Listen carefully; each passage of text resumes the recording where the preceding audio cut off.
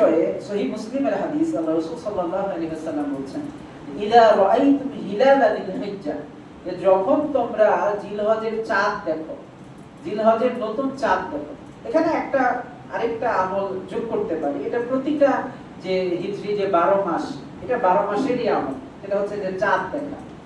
বিশেষ করে এখানে হাদিসে যেহেতু এসেছে যে জিলহজের চাঁদ দেখা, আমাদের দেখা যায় যে আমরা রমজানের চাঁদটা দেখার চেষ্টা করি কিছুটা, যদিও আমাদের মধ্য থেকে এই আমলগুলো বিদায় নিয়ে চলে গেছে, তারপরে আমরা রমজানের চাঁদটা কিছুটা হলেও দেখার চেষ্টা করি। এরপরে রমজানের যে ঈদ, এই চাঁদও আমরা দেখার চেষ্টা করি, ঈদুল ফিতর। কিন্তু ঈদুল আজহা যেহেতু 10 দিন পরে হয়, আমাদের ভিতরে ওই আগ্রহ উদ্দীপনাটা থাকে না। ওই চাঁদ দেখা শুধুমাত্র চাঁদ দেখা কমিটির কাছে, তাদের উপর আমরা, বাংলাদেশে যে চাঁদ দেখা কমিটি আছে তাদের উপর দায়িত্ব ছেড়ে দিয়ে আমরা বসে থাকি।